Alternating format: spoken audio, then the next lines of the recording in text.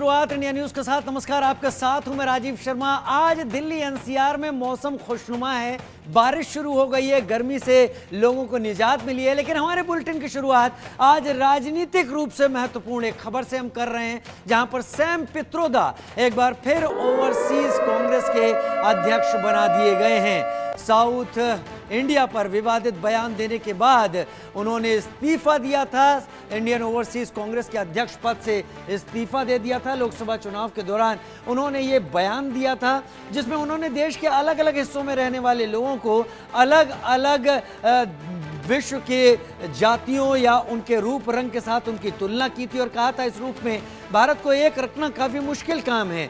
Sam Pitroda को अपने पद पर फिर से भेज दिया गया है कांग्रेस की तरफ से, और इंडियन ओवरसीज कांग्रेस के अध्यक्ष के तौर पर वो काम कर रहे थे।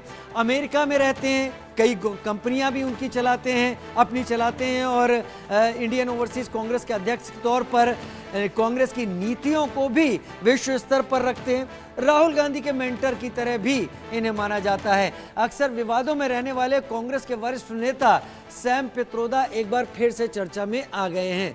दरअसल कांग्रेस पार्टी ने सैम पित्रोदा को एक बार फिर से इंडियन ओवरसीज कांग्रेस का अध्यक्ष बना दिया है। पित्रोदा की नियुक्ति तत्काल प्रभाव से कर दी गई है। आपको बताएं कि बीते लोकसभा चुनाव के दौरान सैम पित्रोदा के विवादित बयानों पर काफी हंगामा मचा था। इसके बाद उन्होंने अपने पद से इस्तीफा दे दिया।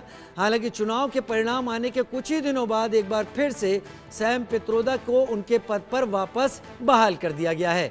सैम पित्रोदा ने चुनाव के दौरान भारत के अलग अलग क्षेत्रों के लोगों को लेकर अजीबोगरीब बयान दे डाला था। भारत की विविधता पर चर्चा करते हुए उन्होंने दक्षिण भारतीय लोगों की तुलना अफ्रीका और पूर्वोत्तर भारतीय लोगों की तुलना चीन से की थी। सैम पित्रोदा ने यह भी कहा था कि पश्चिम भारत के लोग अरब जैसे दिखते हैं, वहीं उत्तर में लोग गोरों जैसे दिखते हैं। सैम पित्रोदा के विवादित बयानों के बाद कांग्रेस ने अपना पल्ला झाड़ लिया, क्योंकि इससे चुनाव में नुकसान होने का अंदेशा था। कांग्रेस नेता जयराम रमेश ने कहा था कि सैम पित्रोदा ने भारत की अनेकता को जो उपमाएं दी हैं वो गलत हैं, दुर्भाग्यपूर्ण और अस्वीकार्य हैं। उन्होंने कहा था कि कांग्रेस इन उपमाओं से खुद को पूर्ण रूप से अलग करती है और इनका खंडन करती है।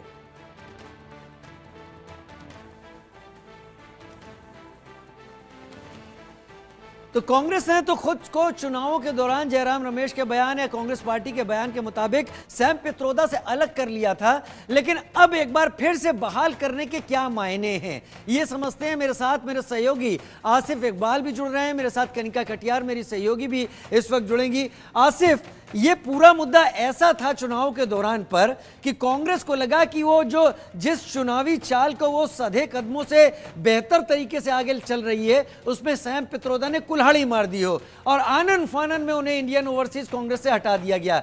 लेकिन चुनाव परिणाम आए, कांग्रेस की उम्मीदों से ज्यादा बेहतर आए हैं और एक बार फिर इंडियन ओवरसीज कांग्रेस के अध्यक्ष पद पर सैम पित्रोदा की बहाली हो गई। तो मैं क्या ये समझूं, जो हुआ सो हुआ? बिल्कुल आपने सही कहा और राजीव, यही है कि जो हुआ सो हुआ, ये डायलॉग जो है वो सैम पित्रोदा का ही रहा है। और सबसे बड़ी बात है, कांग्रेस पार्टी ने जो किया उनके साथ, अब यही नजर आ रहा है कि वो कांग्रेस पार्टी भी ये कहना चाहती है कि जो हुआ सो हुआ, अब आगे बढ़ते हैं। अब सबसे बड़ी बात है, क्यों आखिर सैम पित्रोदा जरूरी है कांग्रेस पार्टी के लिए, ये बात समझना होगा। इसलिए जरूरी है क्योंकि ओवरसीज में अगर बिल्डिंग मेकिंग का काम करना है, अगर इमेज बिल्डिंग का काम करना है राहुल गांधी के, तो वो सैम पित्रोदा के अलावे कोई विश्वस्त आदमी नहीं है कांग्रेस पार्टी के पास जो वो ओवरसीज इमेज बिल्डिंग कर सके। सबसे पहली बात। दूसरी बात ये कि सैम पित्रोदा बहुत ही जांचे परखे हैं राहुल गांधी और गांधी परिवार से, और उसके अलावा कांग्रेस पार्टी में कई ऐसे लीडर हैं जो इस वक्त बड़े लीडर हैं, वो सैम पित्रोदा के अंडर में काम कर चुके हैं।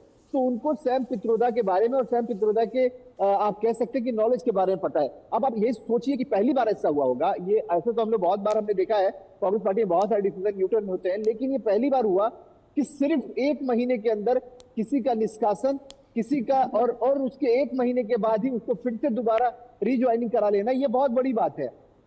इसका मतलब ये साफ है कि राहुल गांधी के लिए कितनी जरूरत है सैम पित्रोदा, इस बात को कहीं भी कोई डाउट नहीं है। और जैसा कि आपने कहा कि कांग्रेस पार्टी और राहुल गांधी अब ये सोच रहे हैं कि जो हुआ सो हुआ, अब आगे बढ़ते हैं। अब सैम पित्रोदा को फिर से वही जिम्मेदारी देते हैं, क्योंकि राहुल गांधी को इस वक्त सबसे ज्यादा जरूरत है अपने इमेज बिल्डिंग को बिल्डअप करने के लिए, उसको बेहतर करने के लिए। और ये काम खास तौर पर ओवरसीज में सबसे ज्यादा, अगर आप जितने भी इवेंट आप गिन लें, ए से लेकर जब तक राहुल गांधी के इधर 12 सालों में जितने भी इवेंट हुए वो सब सैम पित्रोदा ने ही कराए हैं, और सैम पित्रोदा कहीं ना कहीं से उसके सूत्रधार रहे हैं। तो जब आप सोचिए कि जब इतनी बड़ी जरूरत है सैम पित्रोदा, तो फिर उनको भला कैसे साइडलाइन किया जा सकता है। और आप सोचिए, आपको याद होगा कि उस बयान के बाद जब हंगामा मचा, और हंगामे के बाद तमाम जो कांग्रेसी थे वो बहुत सधे हुए कदमों से, आप कह सकते हैं कि सधे हुए कदमों से ही आगे बढ़ रहे थे। उन लोगों ने सैम पित्रोदा पे तमाम तरह के सवाल जो खड़े किए, अब वो खामोशी बरते हुए, क्योंकि कल जैसे ही उनकी रिज्वाइनिंग हुई, उसके बाद जब हमने उन लोगों से फोन किया, हमने चाहे जयराम रमेश हो या फिर कोई भी हो, तो इसलिए हमने लगातार जब फोन किया तो कोई भी फोन उठाने को तैयार नहीं हुआ, कोई बात करने को तैयार नहीं हुआ, और इस पर कोई कुछ नहीं बोलना चाहता है, क्योंकि साफ तौर पर सबको पता है कि वो फिर वापस लौट आए हैं, और वो फिर भी उतने ही पावर के साथ लौटे हैं। जी हाँ, क्योंकि वो सबको लौट मालूम है कि आया राहुल है, गांधी किस तरीके से उनको तरजीह देते हैं। वो लौट आया है, और उस लौट आए का